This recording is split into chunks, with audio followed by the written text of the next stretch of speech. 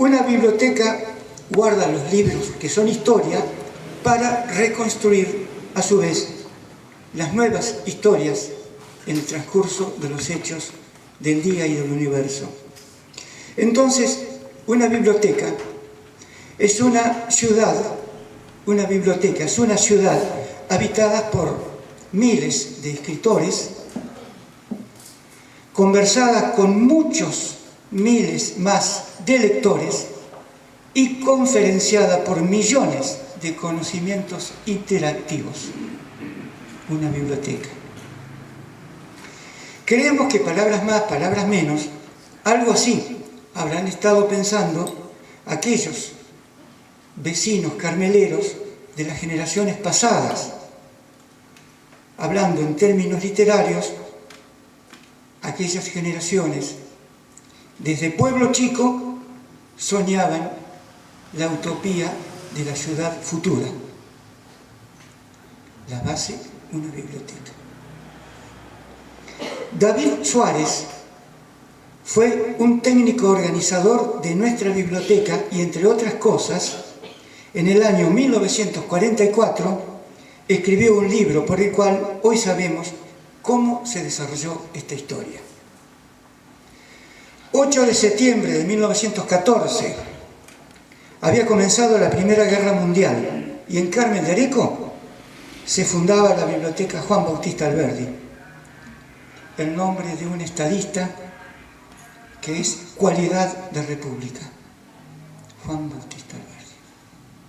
Fundadores: presidente Aristóbulo Aspitía, vicepresidente Luis Piris, secretario Juan Gaillat, tesorero Vicente Russomano, vocales Alfredo Gioja, Salvador Martino, Alfredo Basso, Juan Morán y Martín Estefanía. Luego, no sabemos por qué, pero vino una cefalía de 10 años, entre 1919 hasta 1928, pero es de suponer que la cuestión habrá sido por no tener local donde guardar el acervo, ya que los libros, según consta en esta memoria de Suárez, fueron depositados y no bien conservados en un sector del Palacio Municipal, del viejo Palacio Municipal, no de este. Por si alguien no lo sabe, el Palacio Municipal del año 1882, que después se hizo este nuevo, 1940. Un señor, Enrique Albarracín, era por entonces inspector de bibliotecas populares y, convocando a algunos vecinos, se reorganiza una nueva comisión. Es aquí donde aparece el nombre del doctor Lugones, uno de los mayores referentes de la cultura carmeña de aquellos tiempos y, por ende, aún de hoy. Esta nueva comisión ahora está integrada con Alfredo Lugones, Guillermo Dobarro, Efraín Escobar, Pastor Marambio, Florentino Luparia y Casto Carregal. Esto es bueno. Y cada tanto agarra la carraspera. Pasan ahora otros 10 años, que evidentemente han sido intensos y tenaces. Ahora estamos en 1928. En Carmen de Areco es diputado el caudillo conservador Alberto Viñas, y este gestiona un subsidio que alcanza para legalizar la papelería y comprar el terreno para levantar el edificio propio.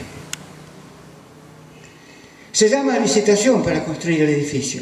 Se requiere más dinero. En 1934 son legisladores Carlos María Espil, que después fue intendente además, quien gestiona 5.000 pesos, algunas dificultades tuvo.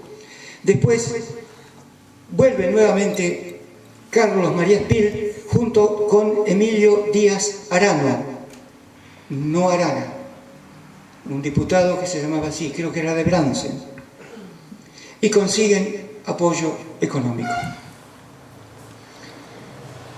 Más o menos estas referencias fueron las que nos dejó Suárez, así muy concisas, ¿no? Aparecen nombres: doctor Lugones. El doctor Lugones ponía su casa particular para recibir a las visitas. Cuando hablamos del doctor Lugones tenemos que hablar de grandes músicos, tenemos que hablar, por ejemplo, de algún profesor de filosofía que dio charlas en este recinto, y muchas cosas así que este hombre encaminó a través de muchos años en Carmen de Areco. He leído escritos de él y realmente era un hombre muy sólido en sus conocimientos. Doctor Lugones. Ha aparecido el nombre de Casto Carregal, que fue el gran administrador de los escritorios de la Casa García Tuñón durante muchos años. Yo tuve el gusto, el placer, el honor de ser chico cuando él, en alguna medida, porque mis padres eran clientes de esa casa, él ya me distinguía con algún cariño, ¿no?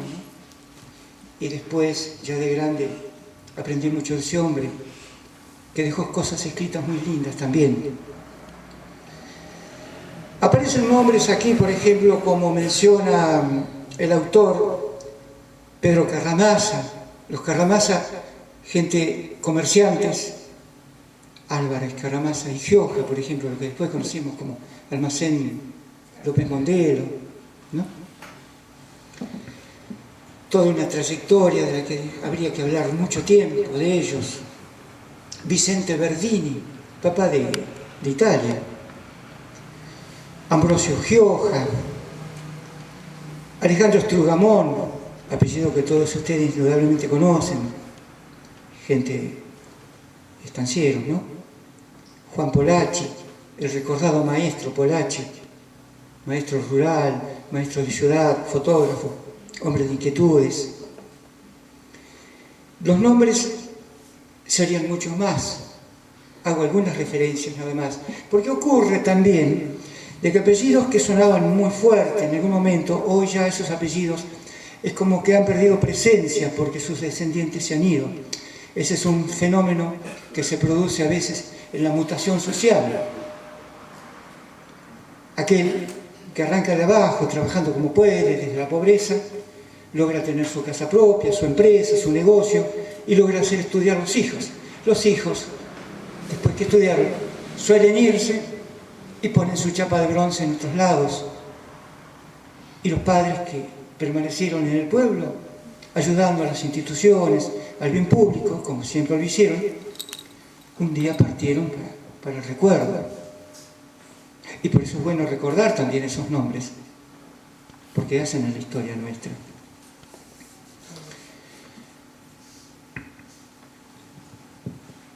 Aquella inauguración de 1938, volvemos ahora al edificio, catapultó a nuestra biblioteca en todas sus instancias, tanto internas como externas. En lo primero, unificación del sistema de anaqueles, fichado, seccionado y clasificado. Y en lo segundo, captación de socios, actividades públicas, conferencias y adaptación del local para el cine, para hacer cultura. ¿Ven ustedes la pantalla? Había cine. Hasta aquí la gesta fundacional.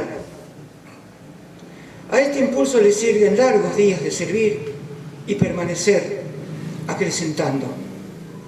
Muchos otros nombres se agregan y habría que ir agregando a la suma del devenir. Y como es regla general en la lucha por la existencia, soles y temporales alternaron entre los cambiantes aconteceres del ir y del venir, del entrar y del salir. Todo con sus cambios naturales de personas, de amores, pero siempre de libros. Poco a poco, desde el surgente manantial de la historia, habrá que ir agregando esos nuevos nombres para la gratitud y el juicio de la posteridad. Por nuestra parte, es justo creer que es bueno para todos ir poco a poco rescatando esos nombres para los anales de tal gratitud.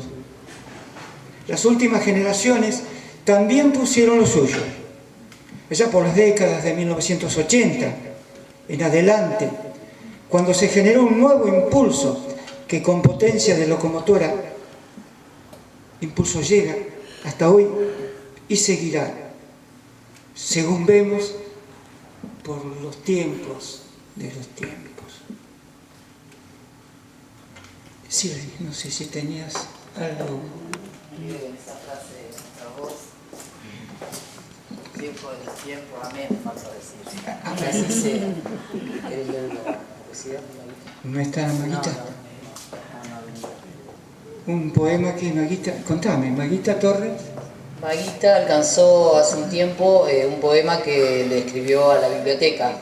Y bueno, la idea era que ella estuviese presente para leerlo, pero bueno, Tito, ya que es su colega de Maguita en la escritura, en los poemas, me gustaría que lo leas vos, por favor. En recuerdo de que glosas de Areco. Sí. Maguita es una poeta mayor de Carmen de Areco.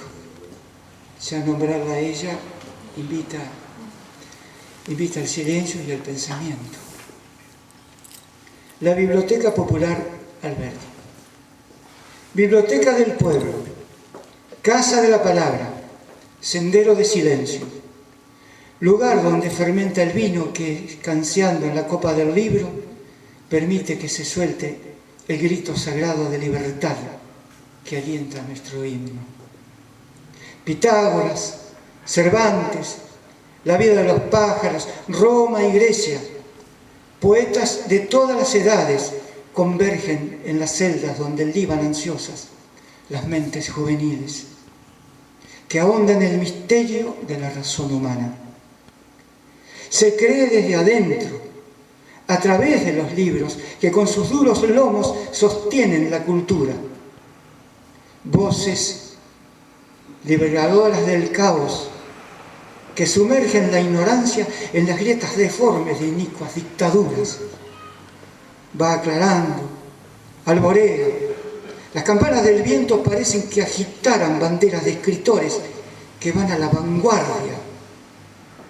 Ícaros y Sansones conviven en la sala, formando un resonante concierto de palabras.